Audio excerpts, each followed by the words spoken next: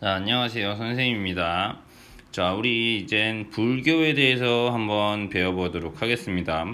자, 삼국시대에 가장 번성했던 종교는 바로 불교이고, 이 불교가 훗날 이제 고려시대도 이 삼국시대에 우리나라에 이제 들어오게 되고, 가장 불교 문화가 꽃피었던 시절은 바로 고려 시절이 되겠습니다. 이 불교가 그러면 왜 들어왔는지부터 한번 생각을 해봐야 되겠죠. 자, 불교라는 종교. 자, 여러분, 절 이런 데 가보시면 우리나라에는 절이 많죠. 아직까지도 남아있는 절이 많고, 이 불교와 관련된 이제 문화재들이 많이 남아 있어요. 그렇기 때문에 이 불교라는 종교에 대해서 이해를 할 필요가 있을 것 같아요. 불교라는 종교가 처음 어느 나라에서 만들어졌을까요? 바로 인도입니다. 인도에 바로 이 고타마 시타르타 라는 사람이 불교를 만들었다라고 해요.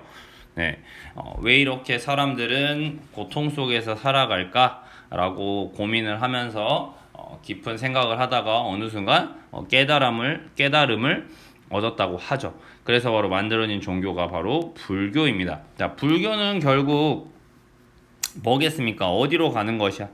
교회에서 말하는 천국과 같은 극락의 세계에 갈 수 있다. 죽고 나서 극락의 세계에 간다. 마치 기독교에서 말하는 천국과 같은 거라고 볼 수 있겠죠.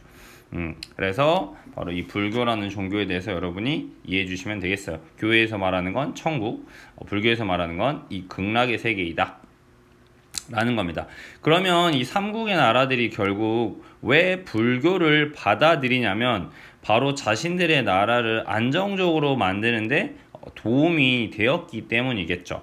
이 불교를 받아들이는 것은 결국 무엇이었냐면 이 불교가 바로 이런 사상을 가지고 있었어요.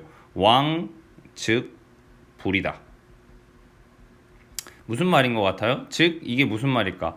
왕이 즉 부처다. 라는 이야기지. 그러니까 부처는 고타마 시타르타처럼 깨달음을 얻은 사람은 부처. 불교에는 어떤 사상이 있냐면 바로 윤회 사상이라는 게 있어요. 윤회 사상이라는 게 뭐냐면 우리가 전생이 있고 이 전생의 내가 착하게 살아야지 지금의 삶이 있다는 거지. 그러니까 전에 살았던 생에서의 업을 쌓아야지만 더 좋은 사람으로 태어난다.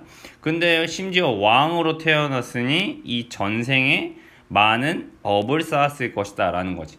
만약 너가 신분이 낮다면 전생에 업을 쌓지 못했기 때문이고 지금의 삶에서 그러니까 착하게 살고 업을 쌓아야지 다음 생에서 더 나은 사람으로 살아갈 수 있고 나중에는 극락의 세계에 간다. 이런 것이 불교적인 종교관이다 라고 이해하시면 되겠죠. 즉 왕이 부처라는 것을 이야기하기 때문에 이 불교를 받아들임으로 인해서 왕권을 강화하는 거에 도움이 되고, 두 번째로는 백성들의 마음을 다스리고 힘을 하나로 모으는데 도움이 될 거다라는 생각을 해볼 수 있어요. 불교를 받아들인 첫 번째 이유는 뭐다? 바로 왕권이 강화될 것이다. 왜? 아까 왕즉불 사상이 있으니까. 두 번째는 결국 종교를 통해서 백성들의 마음을 어떻게 한다? 백성의 마음을 하나로 모으려고 한다. 사람들의 마음을 모을 때 종교가 같으면 쉽게 친해질 수 있는 거잖아요. 그러니까 그런 것들이 이유라고 봐주시면 되겠어요. 자, 그러면 삼국시대의 불교를 어떻게 받아들이게 되는지 이 불교의 수용 받아들이는 걸 먼저 봅시다. 먼저 불교를 받아들였던 나라는 바로 고구려입니다. 고구려는 중국을 통해서 받아들이게 되는데 바로 무슨 왕 때? 이 소수림 왕 때. 나라를 안정화시키려고 노력했던 이 소수림 왕 때 받아들이게 됩니다. 누구로부터 받아들이냐? 중국의 바로 전진이라고 하는 나라에서 받아들이게 된다. 무슨 말인지 알겠죠? 소수림왕 때 받아들였다. 그 다음 백제 마찬가지로 백제도 중국을 통해서 받아들여요. 고구려는 중국과 직접 맞닿아 있었기 때문에 교류가 있었을 거고 백제의 경우는 바다를 통해서 중국과 교류를 했으니까 바로 백제는 침류왕 때 이 불교를 받아들이게 된다. 어디로부터? 마찬가지로 중국의 동진이라는 나라에서 받아들이게 되었다. 그 다음 이제 가장 불교를 늦게 받아들였던 나라가 바로 신라예요. 신라가 왜 불교를 가장 늦게 받아들일 수밖에 없을까? 지금 우리 삼국시대 지도를 생각해 보세요. 신라는 중국과 교류하기가 어려운 땅이 있지? 맞아? 그렇기 때문에 신라는 바로 이 고구려를 통해서 받아들이게 됐다라고 하는데 이 불교를 인정하고 공인한 사람이 바로 신라는 법흥왕이다. 바로 누구의 순교? 바로 이 이차돈의 순교 덕분이다. 이런 이야기가 있죠. 신라의 불교를 받아들이려고 했더니 귀족들이 엄청 반발을 했다는 거야. 또 하필이면 이 법흥왕이 불교 절을 막 짓고 하는데 그때 가뭄이 일고 막 홍수가 일고 자연재해가 있었대요. 그래서 귀족들이 뭐냐 이 불교를 받아들이면서부터 더 자연의 재해가 일어난다. 하늘이 노해가지고 이런 자연재해가 일어나는 거다라고 하면서 불교를 막 반발했대요. 그때 하급 관리였던 이차돈이 아니다 불교를 받아들여야 한다고 주장하니까 이제 귀족들이 저 이차돈 저렇게 말한 이차돈을 죽여라 라고 했다는 거지. 그래서 이차돈이 자기가 죽으면서 내가 만약 죽으면 기이한 일이 일어날 거다 라고 하고 죽었다는 거예요. 그래서 전설에 따르면 이차돈의 목을 잘랐는데 거기서 하얀 피가 나오고 하늘에서는 꽃이 내리는 꽃과 비가 내렸다 라고 하는 기록이 있으면서 귀족들이 이제 하도 기이한 일이 일어나서 아무 말도 하지 못하고 그대로 불교를 인정하게 되었다. 이런 이야기들이 전해지죠. 알겠죠? 자, 그러면 이 불교는 결국 처음부터 백성들을 위하는 게 아니라 이 불교들의 역할은 결국 왕권을 강화하고 이 귀족들의 권한을 강화하는 그런 형태의 불교였다. 즉 왕즉불 사상도 마찬가지잖아요. 백성들은 힘들게 살아가는데 귀족들은 아무래도 부자고 잘 먹고 살 거 아니에요. 그러면 귀족들이 잘 먹고 잘 사는 이유는 뭐야? 전생에 착한 일을 많이 해서다. 지배를 받는 백성 힘들게 사는 너의 이유는 네가 전생에 착한 일을 안 해서다. 지금 그러니까 불만 갖지 말고 견뎌내고 착한 일을 하려고 노력해라 라고 이야기하는 거니까 이 불교는 당시에 귀족적인 성격을 가질 수밖에 없는 것이죠. 맞아요. 자, 이렇게 해서 삼국시대에 불교를 받아들인 걸 배웠어요. 자, 그 다음 이제 불교가 또 발달하게 되는 게 바로 이제 이 통일신라 시기에 불교가 발달하게 됩니다. 자, 불교의 발전. 이 불교를 이해해야지 삼국시대나 이런 문화재들을 결국 이해할 수가 있어요. 알겠죠? 그래서 통일신라의 전기 먼저 보겠습니다. 자, 통일신라 전기에 가장 기억하셔야 되는 분은 바로 이 원효라고 하는 인물입니다. 여기 나와 있는 원효와 의상은 둘이 친구였어요. 그래서 이 둘이 유명한 이야기가 있죠. 이 둘이 어디로 유학을 떠나? 그 당시 가장 선진국이었던 중국으로 유학을 떠났다. 그래서 경주에서 출발해서 중국으로 가려면 이제 배를 타야 되니까 가는 중에 자, 너무 밤이 늦어서 어느 동굴 같은 곳에 들어가서 원효와 의상이 잠을 잤다. 원효가 잠을 자고 일어났는데 너무 목이 마른 거야. 우리 새벽에 일어나면 목 마를 때 있잖아. 그럼 냉장고 가서 시원한 물 한 잔 마시죠. 원효도 마찬가지로 목이 너무 말라서 주변을 막 찾는데 그 당시에 뭐 불이 어디 있어요. 그쵸? 막 더듬더듬 하다가 어느 물그릇 같은 걸 발견해서 물을 한 잔 마셨더니 너무너무 시원하고 달콤했다는 거죠. 그리고 너무 시원하게 잘 먹었다 하고 마저 잠을 잔 거죠. 그리고 다음날 일어나는 원효 깜짝 놀랐다는 거지. 원효가 마신 그 물이 바로 어디에 담겨있는 물이었을까? 해골물에 담겨 있었다. 밤에 그러니까 보니까 그게 바가지처럼 느껴졌던 거야. 그 안에 있는 물을 내가 모르고 마셨을 때 너무 시원하게 마셨고 아무 문제가 없었는데 아침에 일어나 보니 내가 그 물이 어떤 물인지를 알게 됐을 때는 갑자기 구역질이 나왔다. 여기서 원효는 깨달음을 얻었다고 하죠. 중요한 건 뭐에 있는 것이다? 마음에 있는 것이다 모든 진리는 자기의 마음에서 나온다. 이게 바로 원효가 이야기하는 무슨 사상이다? 일심 사상이다. 모든 것은 마음에서 나온다. 그치, 아주 유명한 말이겠죠.